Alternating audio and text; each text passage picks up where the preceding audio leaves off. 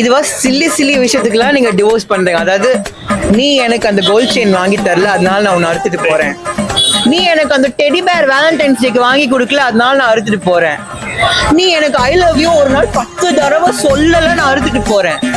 அதுவே நீங்க பண்ணாம நான் உன்னை கல்யாணம் பண்ணிட்டேன், நான் தான் உன் புருஷன், நீ நான் சொன்னதை நீ கேட்கணும் அப்படின்னு சொன்னீங்கன்னு வச்சுக்கோங்க, இன்னைக்கு இருக்கிற பொண்ணுங்க தெளிவா இருக்கானுங்க.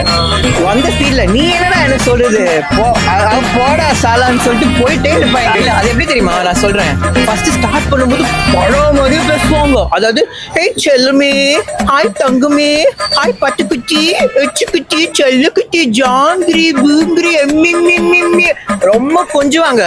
ஆனா ஒரு மாசம் இல்ல ப்ரோ, ஒரு 6 மாசம் பொறுத்து பாருங்க. ஏய் சனியானே எங்கடா போற, ஏய் மூதேவி எங்கடா போற, இந்த மாதிரிதான் பேசுவாங்க. அண்ட் இந்த மாதிரி டிஸ்ரெஸ்பெக்ட்ஃபுல்லா பேசினா கண்டிப்பா டிவோர்ஸ் அறுத்து போயிட்டு தான் இருப்பாங்க. Respect divorce culture in a way that அது ஒரு டாக்ஸிக்கான ரிலேஷன்ஷிப்ல நீங்க வெளியே வரீங்கன்னா ஹேட்ஸ் ஆஃப். ஏன்னா முன்ன காலத்துல வந்து அந்த டிவோர்ஸ்ன்ற ஒரு விஷயம் யோசிக்கவே அங்க யாருக்குமே ஸ்பேஸ் இல்லை. ஏன்னா கல்யாணம்ன்றது சரி, கல்யாணம் ஆச்சு புதக்குயில விழுந்த நாள் அப்படின்னு நினைச்சிட்டு அப்படியே உள்ள போயிடுறாங்க.